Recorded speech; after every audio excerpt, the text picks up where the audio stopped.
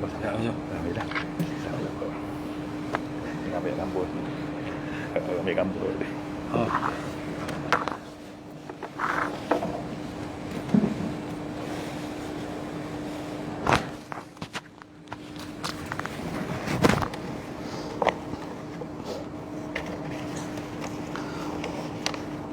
أعوذ بالله من الشيطان الرجيم بسم الله الرحمن الرحيم السلام عليكم ورحمة الله وبركاته الحمد لله رب العالمين والصلاة والسلام على أشرف الأنبياء والمرسلين وعلى آله وصحبه أجمعين رب اشرح لي صدري ويسر لي أمري واحلل عقدة من لساني يفقه قولي سبحانك لا علم لنا إلا ما علمتنا إنك أنت العليم الحكيم ولا حول ولا قوة إلا بالله العلي العظيم أما بعد. Yang dimuliakan pengurusi Masjid Padang Mengkuang, Abang Zul kita, seterusnya kepada semua ahli jawatan kuasa masjid, yang dimuliakan Tuan Imam, Tuan Bilal, para asatizah, para alim ulama, tuan-tuan, puan-puan, muslimin, muslimat yang dirahmati Allah Ta'ala sekalian. Alhamdulillah, kita bersyukur kepada Allah Subhanahu wa Ta'ala di malam yang mulia ini. Allah Ta'ala bagi lagi peluang kepada kita untuk bersama-sama ingat memperingati di antara satu sama lain. Mudah-mudahan malam pertama daripada bulan Januari tahun 2021 menjadi langkah kanan untuk kita meneruskan kehidupan dengan cara yang diredai oleh Allah Subhanahu wa Ta'ala. Tuan-tuan, puan-puan, muslimin, muslimat yang dirahmati Allah Ta'ala sekalian, alhamdulillah nampak ramai dan sehat-sehat belaka ni apa. Padang Mengkuang insya-Allah tak ada seorang kena Covid maknanya. Insya-Allah dan seterusnya lah. Diharapkan kita dijauhkan oleh Allah Ta'ala daripada wabak ini. Malam ini saya nak ajak kita lah, bukan saja tuan-tuan, termasuk diri saya lah, sama-sama kita bermuhasabah, melihat beberapa perkara.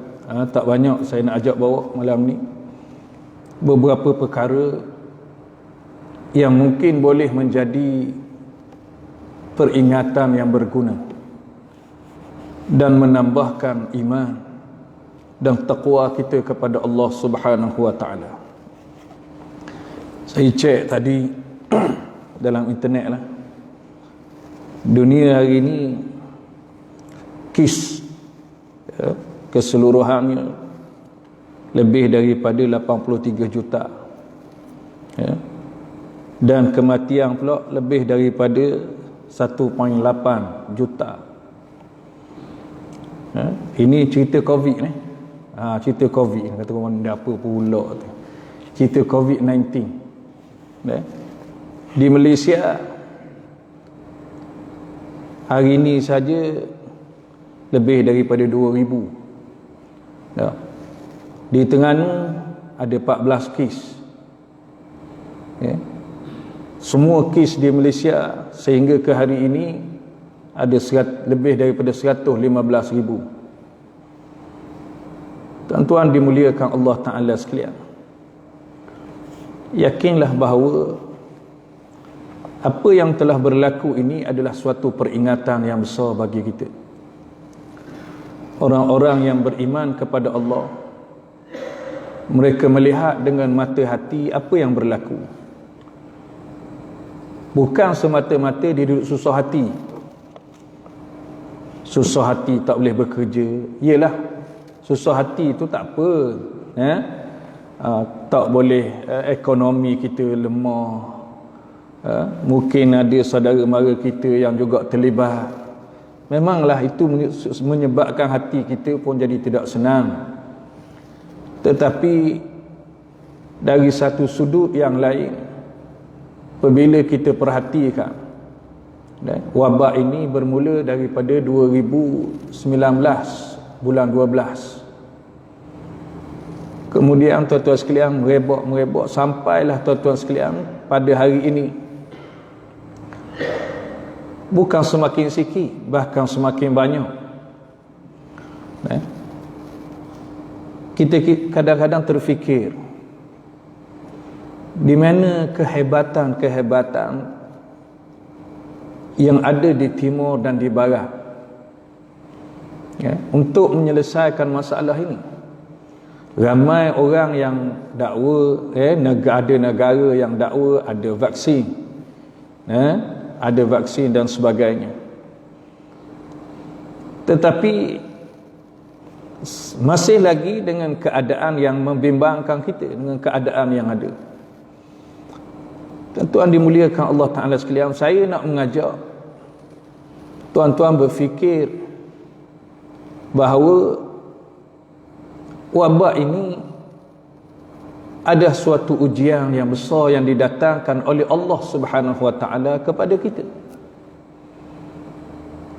Dan apabila Allah Ta'ala menetapkan kedatangan ataupun penyakit yang menimpa kita ini,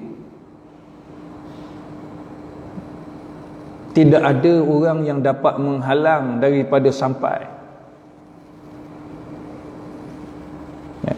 Daripada merebak penyakit ini. Maka setelah lebih daripada setahun, bermacam-macam cara, tapi kita tetap melihat peningkatan demi peningkatan. Tuan-tuan sekalian, ini menunjukkan betapa kita ini adalah manusia yang lemah. Manusia yang lemah. Biar kita nampak ini, biar kita rasa dalam hati kita, ya Allah, betapa manusia yang kita anggap mungkin hebat, teknologi di Amerika, teknologi di Jepun, teknologi di China, di Korea, di Rusia, setakat inilah, setakat ini masih lagi belum dapat membendung masalah ini. Jadi kita nak kata ini adalah memanglah kelemahan yang ada pada manusia.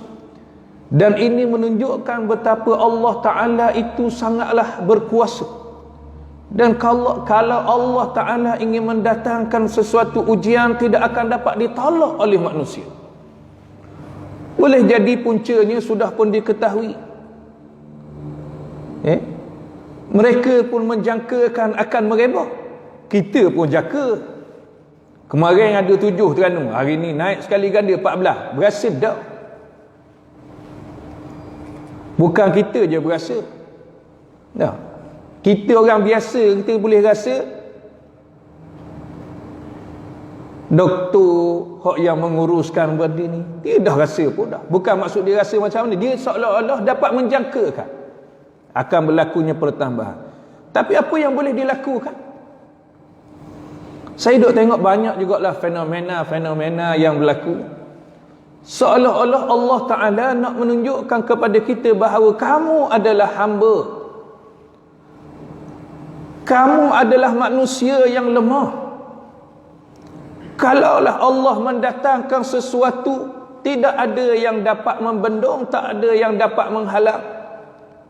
Tetapi bukanlah bermakna kita ni hanya terima saja, ikhtiar tetap ikhtiar.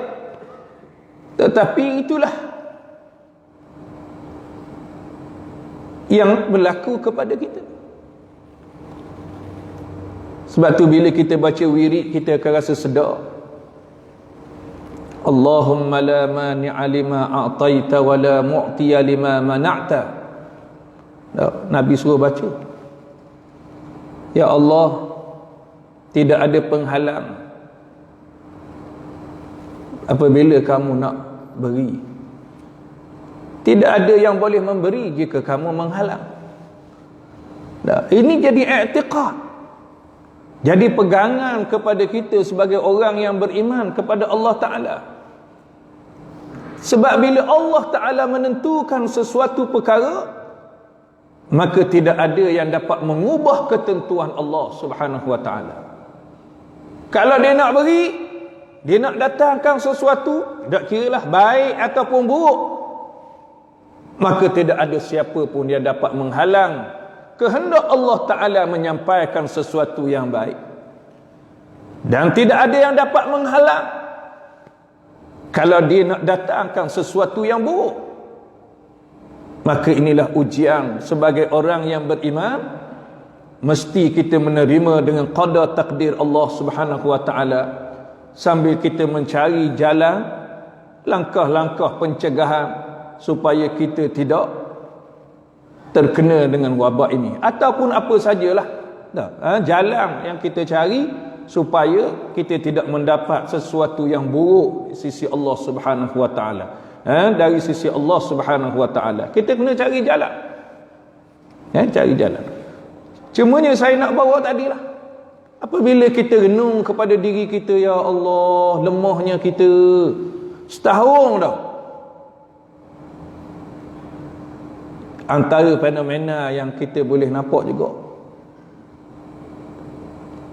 walaupun fenomena ni berlaku lama dah, tapi lebih kurangnya cuma bentuk je lain. Bentuk je lain. Saya sebut sebab kita pernah mengalami, zaman kita berlaku, antaranya ialah tsunami. Tsunami. Bila Allah Ta'ala datangkan tak boleh. Dan tsunami itu berlaku dulu. Di Aceh, termasuklah negara kita pun terlibat. Termasuklah di Jepun. Di Jepun bukan baru, sudah lama dah. Bahkan mereka buat tanda amaran. Tanda amaran, mereka tahu dah 2-3 hari itu tsunami itu nak mari itu, dia dah tahu dah. Dia memang hebat dari sudut itu. Tapi apakah dia dapat menghalang tsunami itu daripada datang? Tidak juga. Walaupun dia tahu dah 2-3 hari, boleh jadi seminggu dah, dia tahu dah tsunami itu akan mari. Apa yang boleh mereka buat? Tidak boleh buat apa-apa, tuan-tuan sekalian. Sekadar duduk atas bangunan, ambil gambar, dia boleh tengoklah kapal yang duduk dalam laut naik ke atas bandar dia, kereta-keretanya dihanyutkan oleh air, rumah-rumah dihanyutkan oleh air. Tak boleh buat apa. Kita pun begitu juga. Tiap-tiap tahun kita banjir, bila mari tuan-tuan sekalian, kita boleh buat apa? Bolehlah buat persediaan. Persediaan dengan skuad-skuad untuk memberi bantuan makanan dan sebagainya. Kita boleh sedia tempat-tempat perpindahan. Masa banjir boleh sedia. Tapi benda tu kita tak boleh nak halang. Bila apa? Bila Allah Ta'ala tetapkan dan takdirkan demikian. Di sinilah tuan-tuan sekalian, kita bukan hanya melihat kesusahan itu, tapi kita perlu melihat dari sudut keimanan. Betapa kita ini manusia yang sangat lemah, manusia yang tidak ada kekuatan, manusia yang kena pasrah dan menerima segala ketentuan daripada Allah Subhanahu Wa Ta'ala. Oleh sebab itu tuan-tuan sekalian, bila kita menyedari hakikat ini, sepatutnya kita menjadi orang yang semakin dekat, semakin dekat, semakin dekat dengan Allah.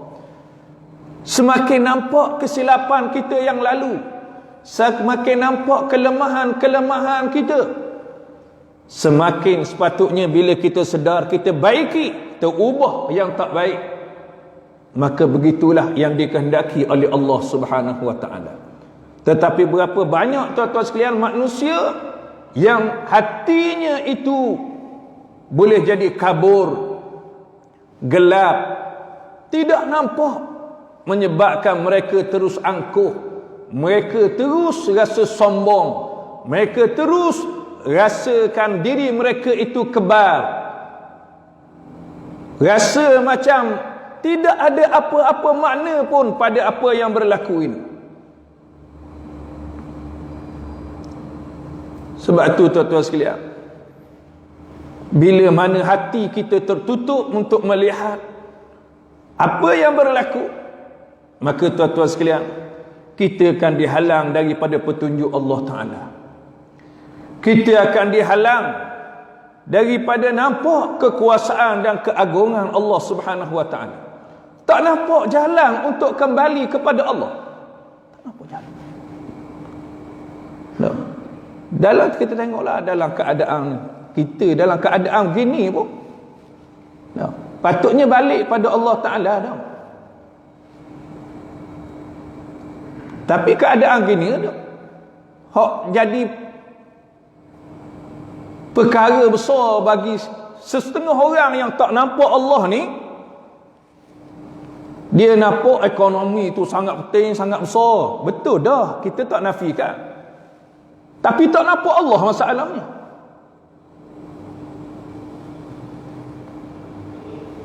Dia nampak politik, jawatan itu besar. Oh, tak sedar ke diri dah.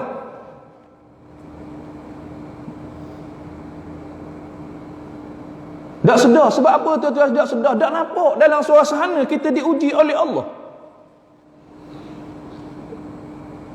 Duk nampak tu jauh tinggi. Duk nampak jawatan, duk nampak harta, duk nampak macam-macam perkara dalam kepala dia berkaitan dengan dunia itu lebih besar. Sebab itu tuan-tuan dimuliakan Allah, kalau kita tak dapat melihat betapa lemahnya kita, betapa agungnya Allah Subhanahu wa taala, maka natijahnya kita akan melihat kehancuran. Kita bimbang dengan suasana yang ada pada kita hari ini. Saya sebut dengan suasana semasa yang ada lah dalam negara kita ni. Hak kat lain tu, orang kafir tu biar ke dia lah. Kita nak tahulah dia sombong, dia angkuh, dia orang kafir. Walaupun begitu sepatutnya dia sedar juga. Tapi kita ni hak beriman dah ni.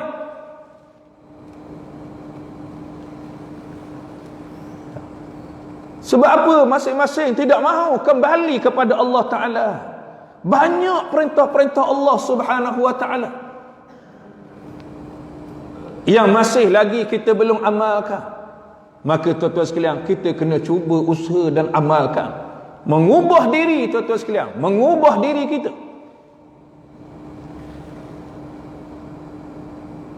Kadang-kadang pelik juga tuan-tuan sekalian, bila tengok orang duk dapat jawatan lebih besar ni orang politik lah belakang. No. Kita bawah ni tak ada benda, pada kurang tak ada benda. No. Duduk molek-molek nak bersatu, nak pecah pula. Sebab apa tuan-tuan sekalian? Saya ingat saya mari sini, saya kabadah dulu.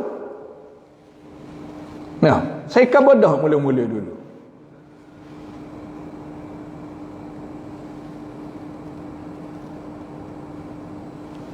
Sebab itu tuan-tuan sekalian, bila kita melihat apa yang berlaku ini, kita jangan pedulikan. Maksud saya, diri kita inilah.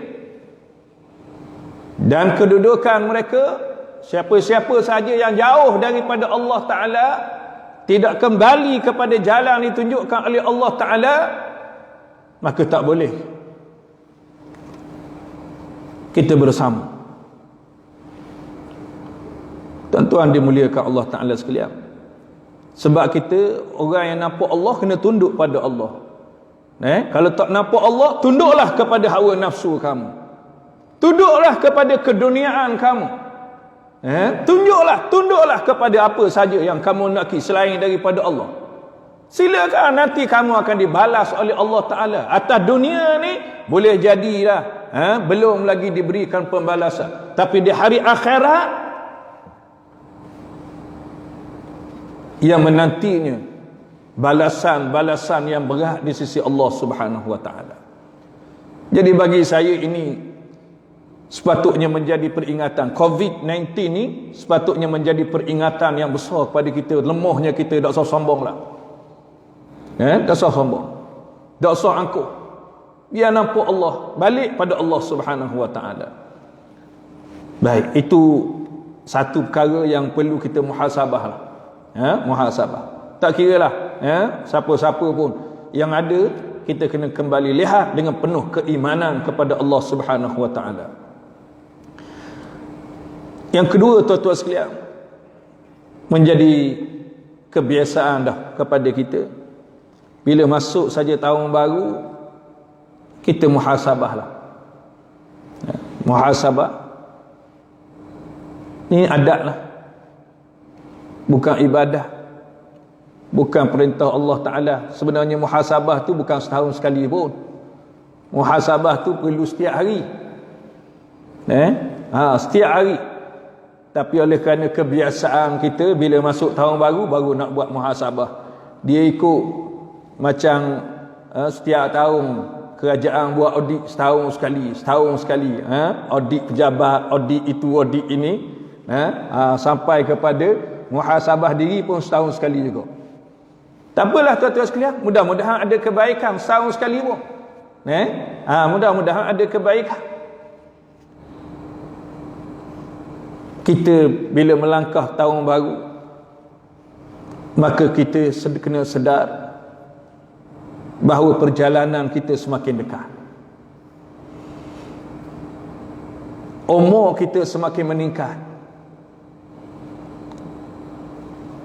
Walaupun orang tua kata, kadang-kadang orang tua kata, aku makan dulu garang daripada mu. Dalam keadaan makan garang tu, lebih dulu, tapi mereka sedang melangkah ke arah alam perpindahan daripada alam barzakh yang semua akan kita lalui, semua daripada kita akan melaluinya.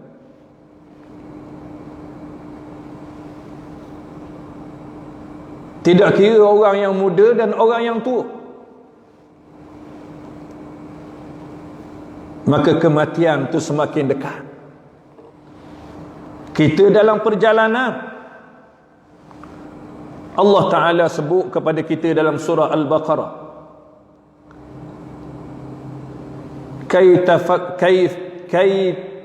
kaifa takfuruna billah wa kuntum amwatan fa ahyaakum thumma yumitukum thumma yuhyikum thumma ilaihi turja'un. Bagaimana kamu boleh ingkar kepada Allah sedangkan dulunya kamu tidak ada? Kemudian Allah Ta'ala menghidupkan kamu, selepas itu dia mematikan kamu, kemudian dia menghidupkan kamu semula, dan kepadanya kamu dikembalikan. Ayat ni dia menyebut proses perjalanan kita. Kalau kita sedar, kalau kita sekarang umur 51 tahun, dahulu kita tidak ada. Orang yang umur 81 tahun dulu kita tidak ada. Sama sajalah, orang muda pun begitu juga. Kalau umur dia 21 tahun dahulu tidak ada. Betul ke tak betul ni? Betul kan? Yakin ke tak yakin? Yakin kita. Satu perkara yang tidak ada yang menafikan. Bukan kita saja, orang kafir pun dia tahu bahawa sebelum daripada dia ada, dia tidak ada. Dia tidak ada. Allah Ta'ala sebut, wa kuntum amwata, kamu dulu mati, maksudnya tidak ada. Fa ahyakum, kemudian dia telah menghidupkan kamu. Daripada tidak ada, kita melalui proses. Mak ayah kita berkahwin, kita mengandung, kita dikandung oleh ibu kita 9 bulan 10 hari, tuan-tuan sekalian, dalam perut mak kita. Satu perjalanan dalam perut 9 bulan 10 hari lah, lebih kurang. Masa duduk dalam perut terasa luas. Alam rahim, kita keluar, berpindah dari alam rahim kepada alam dunia.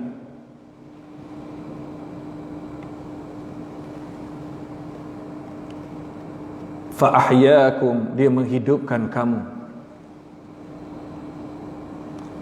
Hidup kita di dunia, keluar kita tanpa seorak benang pun, sama ada kita orang yang miskin ataupun orang kaya, rakyat biasa ataupun bangsawan, raja-raja, semua kita adalah sama. Dilahirkan dalam keadaan telanjang pula. Keluar kita, tak tahu nak bercakap apa pun. Kita membesar dan membesar. Proses ini disebut oleh Allah Ta'ala dalam Quran. Boleh jadi kita kata, ialah zaman kecil tu kecil lah, tapi kita ada zaman gembira. Boleh zaman apa? Zaman remaja kita dulu, zaman kita sekolah. Sekolah rendah ada grup WhatsApp, sekolah menengah ada grup WhatsApp, masuk universiti ada grup WhatsApp. Suka kenang kembali, okay, tengok ni, buat reunion macam-macam. Umur 80 reunion lagi, 70 reunion lagi. Tak kisah, bukan salah saya kata ni. Tak kata gitu, tak boleh juga. Bukan saya kata salah. Saya nak cerita perjalanan hidup kita. Zaman tu zaman seronok, tuan-tuan sekalian. Tak ada dah. Kita dah lepas dah tu. Leni dah agak dah. Cik manis ada, gaul ada, kek jantung ada, darah tinggi ada. Nah, macam-macam penyakit. Tapi suka lagi ingat kisah-kisah lampau. Dah. Ni perjalanan. Kita nak keluar dah daripada alam ni. Kalau daripada alam rahim kita keluar ke alam dunia ini, orang panggil bersalin. Dah, saling beranak. Kenapa lagi tahu istilah? Nama je. Nak royak sebenarnya ia keluar daripada perut ke dunia. Ni proses kita lalui ni. Semua kita lalui. Daripada kecil sampai ke besar, semua dicerita dalam Quran. Sampai kita tua, sampai kita nyanyuk, sampai kita dimatikan oleh Allah Subhanahu wa taala. Qul yatawaffakum malakul mautil ladzi wukila bikum thumma ila rabbikum turja'un. Pagi tadi tu imam baca. Katakanlah, akan mematikan kamu malaikat maut yang diwakilkan kepada kamu oleh Allah, kemudian kepadanya kamu kembali, kepada Tuhanmu kamu kembali. Mati kita. Mati, tuan-tuan sekalian, bukan pengakhiran hidup kita. Mati bukan pengakhiran hidup kita. Mati adalah satu istilah yang digunakan apabila seseorang itu berpindah dari alam dunia kepada alam barzakh. Maka kita akan hidup. Kita bukan macam orang, sebahagian daripada orang kafir yang menganggap pengakhiran hidup ini ialah mati. Tidak. Pengakhiran hidup kita bukan mati. Pengakhiran hidup kita adalah hidup. Sama ada dalam syurga ataupun neraka Allah Subhanahu wa taala. Yang kita perlu faham sekarang bukan selepas daripada itu. Maksud saya ialah sebelum kita didatangi oleh malaikat maut mengambil nyawa kita, tuan-tuan sekalian, ialah kita perlu mempersiapkan diri kita. Alladzi khalaqal mauta wal hayat liyabluwakum ayyukum ahsanu amala. Dialah yang menjadikan mati dan hidup supaya dia menguji kamu, untuk menguji kamu siapakah yang terbaik amalannya. Maka hidup kita adalah bermatlamatkan mengabdikan diri kepada Allah Subhanahu wa taala. Natijah kehidupan kita di akhirat berdasarkan kepada kehidupan kita di dunia ini. Tak, dunia ni kita hidup, tuan-tuan sekalian, kita diuji oleh Allah Ta'ala. Allah Ta'ala perintah kita, Allah Ta'ala larang kita. Kita lalui berbagai-bagai ujian yang didatangkan oleh Allah. Ada ujian yang berbentuk kesusahan, kepayahan, penderitaan, kesakitan dan macam-macam kecelakaan. Ada ujian yang Allah Ta'ala datangkan dalam bentuk yang lain, kekayaan, pangkat, kemewahan hidup dan sebagainya. Di situ Allah Ta'ala menguji kita. Siapakah yang terbaik amalannya? Liyabluwakum ayyukum ahsanu amala. Jadi tuan-tuan dimuliakan Allah Ta'ala sekalian, sempena dengan tahun baru ni, kita perlu ingat kepada kematian yang akan tiba kepada kita bila-bila masa.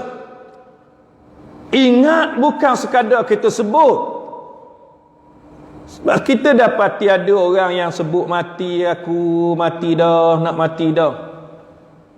Belang-belang nak mati tu, tuan-tuan sekalian, duduk hospital tu, nak mati, sebut nak mati tu tujuannya bukan ingat mati. Sebut mati tu kerana takut mati, kerana tak mahu mati. Dan memang kita tak disuruh dituntut untuk nak minta mati, tak. Memang kita tidak dituntut. Tetapi tujuannya ialah untuk menjadikan kita beramal. Ingat mati. Dah, duduk hospital masa sakit itu, nak mati dah aku ni, nak mati dah aku ni. Tapi tuan-tuan sekalian, kadang-kadang bila dia sihat balik, dia lalai, dia lupa, dia tak kenal juga masjid, tak kenal juga jiran tetangga, tak buat amal soleh juga. Jadi apa erti sebutan matinya itu? Dah, tidak ada ertinya mati, sebutan mati itu. Sebutan mati yang Nabi SAW sebut kepada kita itu. Ya, aksiru min zikri hadimil ladzat. Banyakkan kamu dengan mengingati mati, mengingati perkara yang memutuskan, yang membinasakan. Yang membinasakan apa? Membinasakan kelazatan dunia ini. Tujuannya apa? Bukan ingat sebut itu kerana takut kepada mati, tetapi tujuannya memperingatkan kita supaya beramal, membuat persediaan, persiapan untuk kita menuju kepada Allah Subhanahu wa taala. Boleh jadi alhamdulillah orang pada mengkuang, boleh jadi banyak beramal pada Allah Subhanahu Wa Taala, insya-Allah. Semua kita lah, insya-Allah banyak kita usahakan. Tapi jangan kita ingat amal-amal ini hanya untuk diri kita saja. Amal ni bukan semata-mata amal individu.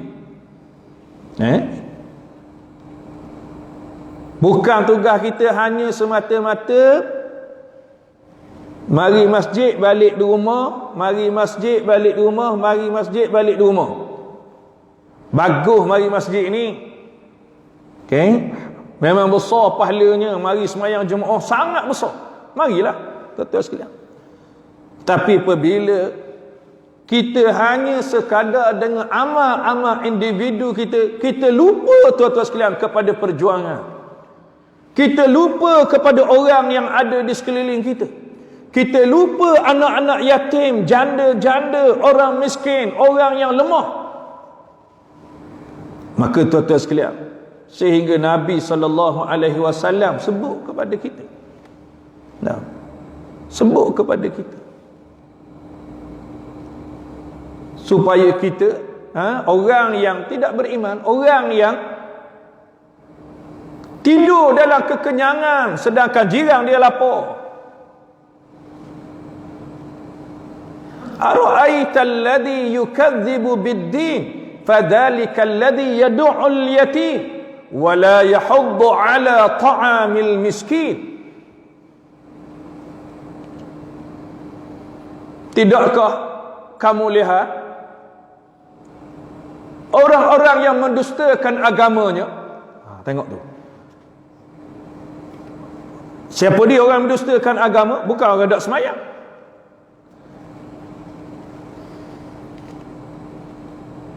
Fadhalika alladhi yad'ul yatim. Dia tinggal anak yatim.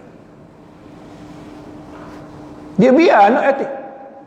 Nak rayaknya bukan urusan semayang ni saja kita kena jaga.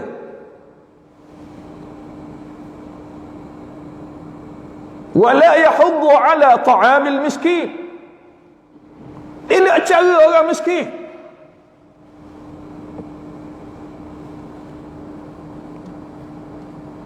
Orang lagu ni pun orang kata kalau dia semayang pun fawailul lil musallin. Dia pergi situ tuan-tuan sekalian.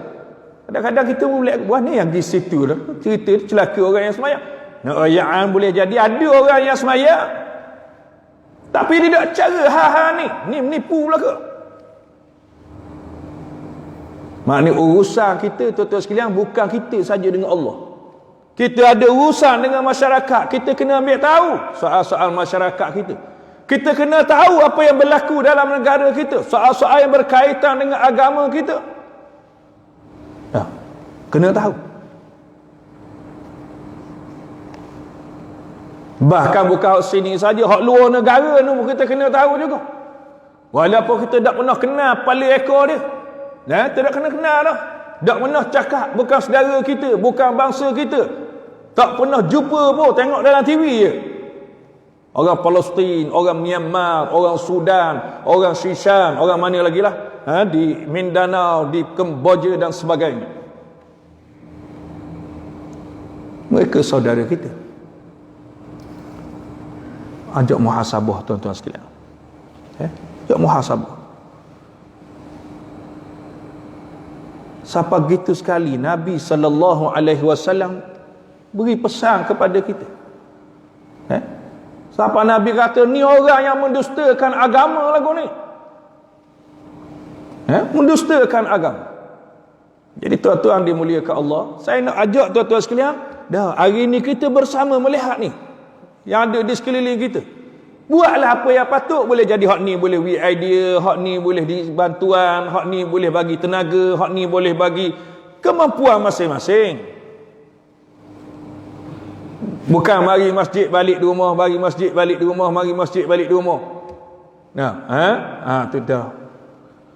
Kena tengok belakang semua sudut. Terutama musim-musim gini ni. Musim Covid ni. Musim Covid ni. Jangan main. Sahabat saya Dia beritahu dia, kau orang jauh, orang Marang.